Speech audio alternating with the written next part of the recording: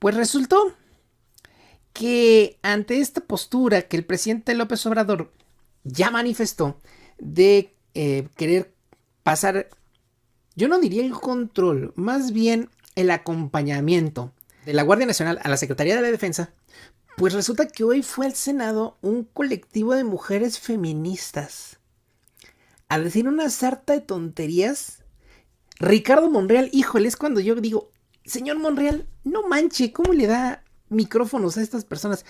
Él dijo, pues bajo el argumento de vamos a escucharlas, aquí caben todas las voces, pero la verdad, sale una señora que todos ya conocemos a decir que pues ella es como que el estandarte. Y yo me pregunto, ¿y quién carajos la nombró? Si es una mujer por demás repulsiva. Y no lo digo por ser mujer, lo digo por sus opiniones, lo digo por sus posturas ante ciertos temas, lo digo ante sus declaraciones facilonas, como que una vez dijo que el presidente había convertido a México en una república bananera. Pues sí, amigas y amigos, tenemos en el Senado de la República, que fue, como podemos observar aquí, sin mayor problema, a la señora Denise Eugenia Dresser Guerra, mejor conocida en el bajo mundo de las redes como Denise Dresser. Miren, ahí está señora, siempre haciendo sus desfiguros. No le bastó el desfiguro en la mañanera y ahora resultó que fue a meterse a querer dar una declaración. Y aquí me llama muchísimo la atención que lo hiciera desde la conferencia de prensa de la bancada de Morena y no desde la conferencia de prensa del Partido Acción Nacional. ¿Será, amigas y amigos, que a Denise Dresser ya la andan bateando los de la derecha porque sus declaraciones, además de ser desafortunadas, nada más no pegan? Vamos a ver lo que leyeron en este desplegado y pues la verdad, pues un desplegado bastante ignorante. Así que vamos a ver primero lo que dijeron y ahorita lo comentamos. Corre video. Días, me da gusto saludarlas. Terminamos nuestra reunión plenaria, pero aquí me abordaron el grupo de mujeres a las que respetamos y ellas querían hablar, algún comentario, sí, y estamos a sus órdenes. Muchas gracias, senador Monreal, por dar. Pero aguantes de llegar al micrófono, porque le están dando la palabra y así como que se abalanza. Miren cómo le hace, ¿no? Chequen. Muchas gracias, senador Monreal, por darnos voz. Estamos aquí, las mujeres que representamos la resistencia feminista antimilitarista. Wow, espérame tantito. Resistencia feminista antimilitarista. No manches. Y vean cómo...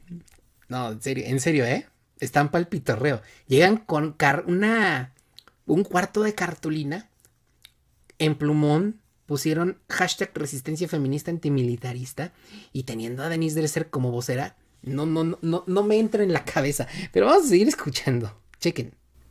Y vamos a leer un breve comunicado con la esperanza de que lleve al grupo parlamentario de Morena y de los otros partidos a rechazar la militarización del país. Le doy la palabra a Paola Zavala Sáenz. Adelante. En primer lugar, ahí la señora está pecando de brutalmente ignorante porque el país no se va a militarizar. O sea, ellos entienden por militarizar el hecho de que se le pida a los ingenieros militares que construyan obras de infraestructura. Ellos le llaman militarizar al hecho de que un general de división en situación de retiro comande a la Guardia Nacional. Y aquí un detalle importante sobre esta jerarquía dentro del ejército mexicano. Cuando un miembro del ejército pasa a situación de retiro, se convierte en un civil. ¿Por qué? Porque ya no tiene acceso a la jerarquía militar, no tiene acceso a los recursos militares, no tiene el derecho al voto, ni siquiera por ostentar un alto rango. Una vez que pasan a la honrosa situación de retiro, los militares ya terminaron su labor en el ejército y la fuerza aérea y en su caso en la marina y se dedican a una vida civil. Pueden portar sus insignias militares con las que se retiraron, sí lo pueden hacer, pero lo pueden hacer ya no de manera, digamos, oficial, sino que se les reconoce únicamente pues como personajes importantes que prestaron buena parte de su vida al servicio de el ejército y de la Fuerza Aérea y de la Marina, servicio a la patria. Pero ya no son, digamos, un agente incidente en activo dentro del ejército, la Fuerza Aérea o la Marina, según corresponda. Esa fue la razón por la que el general Luis Rodríguez Bucio pudo tomar control de la Guardia Nacional. Se argumentó que no querían un militar, que porque tenía acceso a los recursos de la Secretaría y demás. Y entonces se especificó precisamente lo que yo les estoy comentando aquí, amigas y amigos, que el general Rodríguez Bucio ya no iba a tener acceso a todo eso porque pasaba a la honrosa situación de retiro. Entonces, cuando aquí la señora Dresser dice que para que no se militarice el país, pues ahí ya desde ahí está pecando de ignorante porque, híjole, es de sorprenderse que se diga politóloga y que no sepa algo tan elemental como el hecho de leer una simple ley, la ley de la Guardia Nacional. Pero vamos a ver qué dice el desplegado. Paula, lee aquí, por favor. Gracias, senador, por cedernos unos minutos de su tiempo. Yo soy Paola Zavala y somos el colectivo Resistencia Feminista. Somos más de 445 organizaciones quienes firmamos este desplegado que pueden encontrar en las redes sociales. A ver, otra organización, perdón, Dices de la Coparmex era una organización y no sirvió. No Más Derroches era una organización de mexicanos contra la corrupción y la impunidad y no funcionó. Hay otras pequeñas organizaciones, una de jóvenes universitarios, tampoco funcionó. Y ahora un colectivo de mujeres feministas antimilitaristas, que dicen, según aquí, que agrupan a más de 400 organizaciones de la sociedad civil. Pues si son tantas, pues yo no veo por qué asistió tan poca gente. Ahora, si hubiera asistido muchísima gente que estuviera fuera en el Senado, fuera en la calle, los medios de comunicación como Televisa, Imagen, TV Azteca, El Universal, todos los hubiéramos tenido ahí, entrevistando a estos colectivos, porque pues, eran un montón de gente. Pero la realidad pues, es que es un pequeño contingente bastante respetable, tienen derecho a expresar su opinión, tienen derecho a decir lo que quieran, siempre y cuando no infrinjan el artículo 6º constitucional en materia de libertad de expresión, porque, ojo, la libertad de expresión también tiene ciertos límites marcados en este artículo 6º constitucional, pero pues, de ahí en más pueden expresarlo, pueden decirlo, pero pues yo no le hallo ni pies ni cabeza. Pero escuchemos el comunicado, breve comunicado. La bancada de Morena y aliados aprobaron en la Cámara de Diputados, sin una discusión profunda, una serie de reformas legislativas que implican de fondo que la Guardia Nacional se integraría a la Secretaría de Defensa Sedena, violando el artículo 21 de la Constitución, entre otros. A ver, este debate no se dio así como en fast track, este debate profundo sobre lo que hace la Guardia Nacional, que es lo más importante, eso se llevó a cabo desde 2019, así que como que estas señoras están llegando 3 años tarde a la discusión. Las modificaciones incluyen concentrar el presupuesto, presencia territorial, capacitación y especialización de dicha institución en la Sedena, lo cual anula la naturaleza civil de la autoridad encargada de velar por la seguridad ciudadana. Eso es completamente falso. El hecho de que la Sedena vaya a recibir cierta cantidad de recursos porque la Guardia Nacional depende de la Secretaría de la Defensa, esto no le va a quitar su carácter civil. Simplemente, si estamos hablando de optimizar su administración, pues se tiene que tocar también la parte de los recursos económicos y materiales que recibe la dependencia. O sea, empezando por ahí. En segundo lugar, repito, pasa la protección de la Sedena, pero sigue existiendo la ley de la Guardia Nacional exactamente igual, salvo la parte donde dice que depende de la Secretaría de Seguridad Ciudadana y ahora va a depender de la Secretaría de la Defensa. Pero eso no la convierte en una entidad militar. Y otro detallito. Bueno, fíjense que sí es militar, pero no es porque esté pasando la protección de la Secretaría de la Defensa, sino porque en la ley de la Guardia está especificado concretamente en el artículo 39, fracción tercera, que la Guardia Nacional será profesionalizada por la Sedena y por la Marina, que se profesionalizará y preparará en los planteles militares. Entonces, si los adiestran militares en planteles militares bajo la protección de la Secretaría de Defensa y de la Secretaría de Marina en su caso, pues es obvio que van a tener disciplina militar, pero de eso a que desarrollen sus labores operativas tal cual las desarrolla la Sedena o la Marina, hay una distancia abismalmente enorme. Ahora, chequen, no me había fijado más hasta ahorita que lo hice grande, vean la cara del senador José Narro Céspedes y la cara del senador Monreal como diciendo, cabrón, a ver, espérame que no te entendí. Pero bueno, que continúe el comunicado, breve comunicado. Las Fuerzas Armadas no están formadas con un enfoque de seguridad ciudadana y sus estrategias militares no reducen la violencia ni han logrado desmantelar las redes del crimen organizado. Bueno, es que para que eso suceda debe de haber una correcta coordinación y cooperación con los gobiernos de los estados. El gobierno federal ha hecho su parte y vaya que se ha metido en cosas que incluso no le tocan. Ejemplo, los homicidios dolosos no son responsabilidad del gobierno federal, son responsabilidad de los gobiernos estatales. Pero ante la ola de inseguridad que nos heredaron las administraciones anteriores, sobre todo la de Calderón, sí, la de Calderón, ya no digamos la de Peña Nieto, pues es que el gobierno federal no puede dejar todo en manos de los gobiernos estatales. 1 y 2. Una de las condiciones para reducir los niveles de inseguridad fue que los gobiernos de los estados profesionalizaran a sus policías, a la policía estatal, a las policías municipales. ¿Pero qué creen? Que muchos de estos estados no han cumplido con su parte de la chamba. ¿Qué puede hacer el gobierno federal? Tiene dos sopas: hacerse de la vista gorda y echar la culpa a los gobiernos de los estados, entiéndase, a los gobernadores, que ellos dijeron cuando el presidente López Obrador era todavía presidente electo y planteó la posibilidad de que el superdelegado absorbiera también parte de la asesoría en materia de seguridad pública. Salieron los gobernadores en voz de Enrique Alfaro y dijeron que eso no lo aceptaban porque los principales responsables de la seguridad pública de los estados eran los gobernadores, eran los gobiernos estatales. Y ahora que ya no pueden, entonces salen los panistas, sobre todo a través de sus legisladores, a decir pues que no funciona, que el gobierno federal no está haciendo su trabajo. Perdón, pero para que baje la violencia debe haber una coordinación. Y hay muchos gobernadores que se han hecho patos. Diego Sinué, ¿no? ¿Se acuerdan que decía que él no había ido ni iría a las reuniones de seguridad? ¿Se acuerdan? Francisco Javier García Cabeza de Vaca, el gobernador saliente, gracias a Dios, de Tamaulipas, fue desaforado por la Cámara de Diputados para que pudiera ser juzgado por parte de la Fiscalía General de la República. Bueno, pues resultó que lo blinda el Congreso de su estado.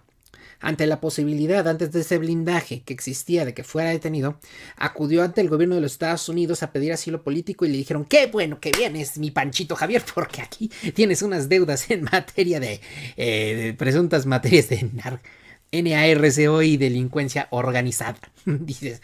Y luego Panchito Javier dijo: bueno, gracias por su atención, gracias por su tiempo, yo me tengo que ir, con permiso, y se regresó a Tamaulipas.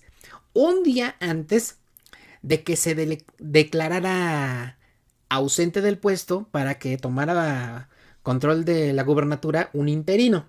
Un día antes regresó Panchito Javier García Cabeza de Vaca. Entonces, bajo estas condiciones, la seguridad pública en Tamaulipas pues es un asco. Javier Corral, al final de su sexenio en el estado de Chihuahua, también salió a la luz de que no era la más eficiente su estrategia en materia de seguridad pública. Se fue pa'l caño. Acabamos de ver hace un par de meses en Querétaro un lamentable evento en el Estadio Corregidora, en un partido de fútbol, donde las policías dejaron claro de que no están capacitadas para poder hacer frente a la creciente violencia en un estadio de fútbol. Imagínense a la violencia en materia de seguridad pública, la violencia en las calles. Pues no, en Querétaro pues tampoco.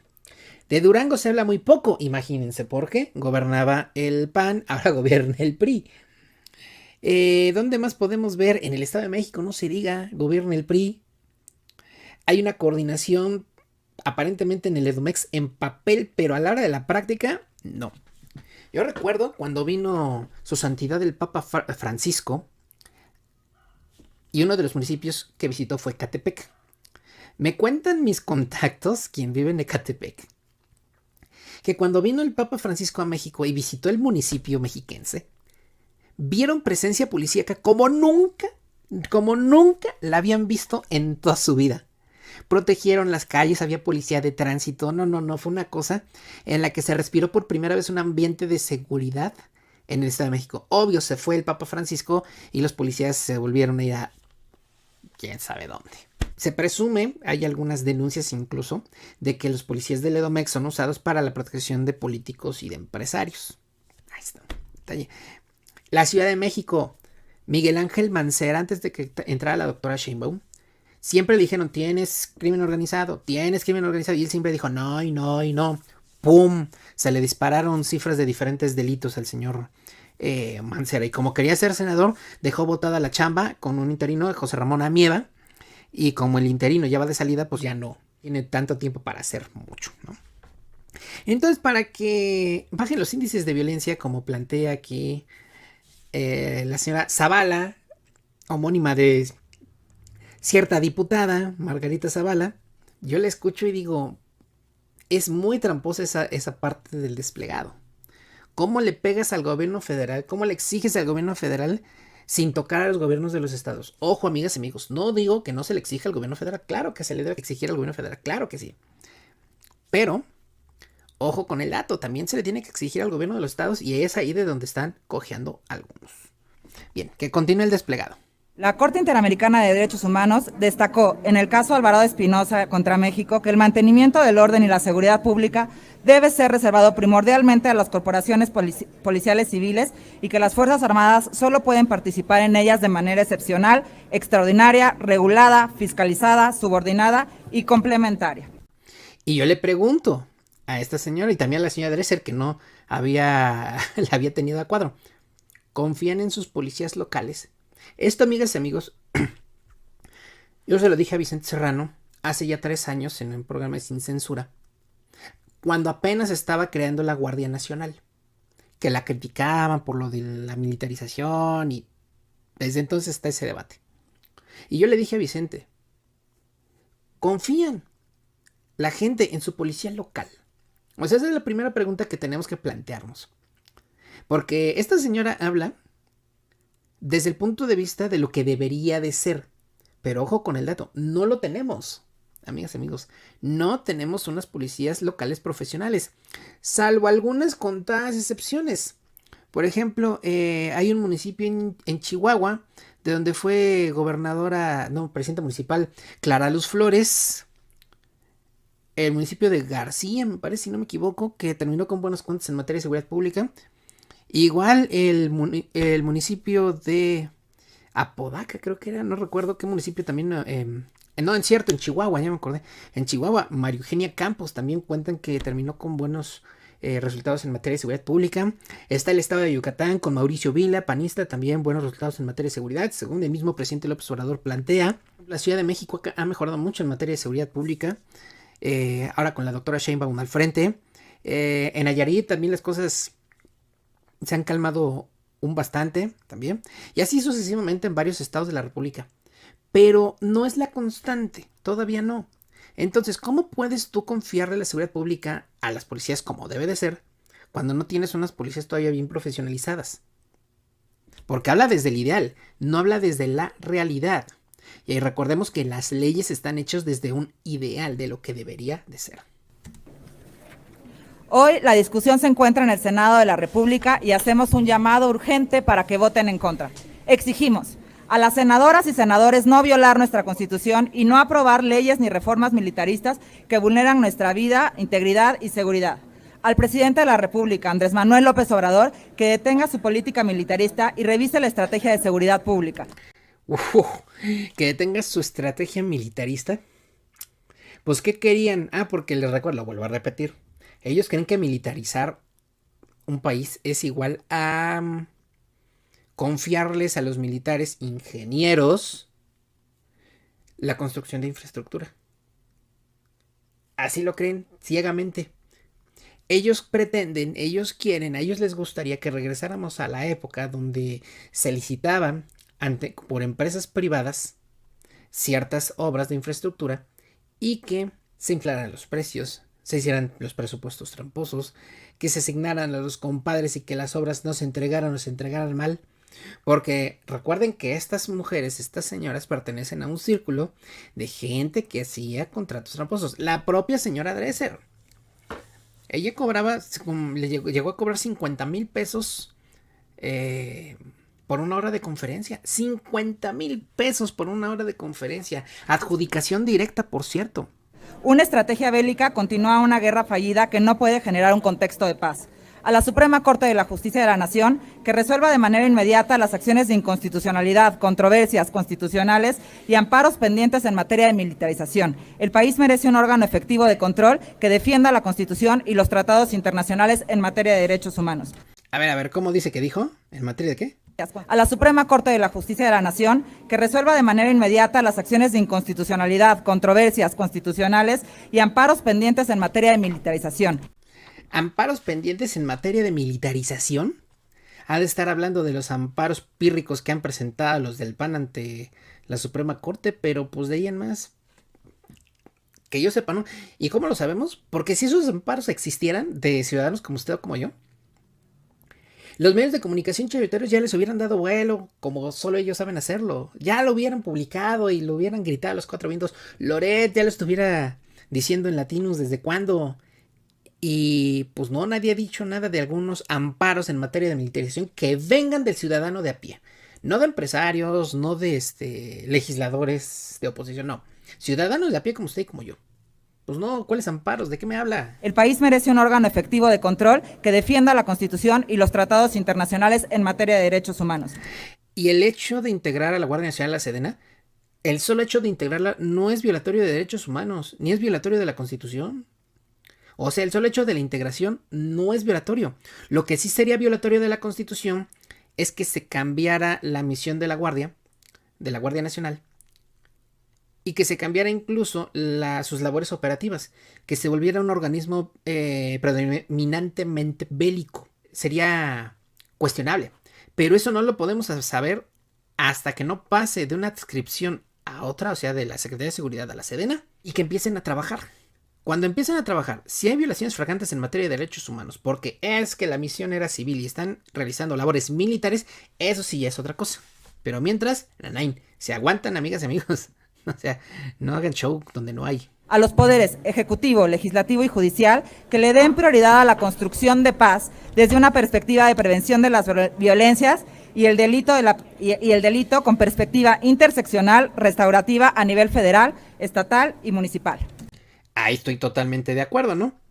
A nivel municipal, a nivel estatal y municipal, no solo a nivel federal. La cosa es que para que haya una perspectiva de este tipo, este colectivo de mujeres feministas antimilitaristas debieron de haber ido a los estados, hablar con los gobernadores, no ir al Senado de la República.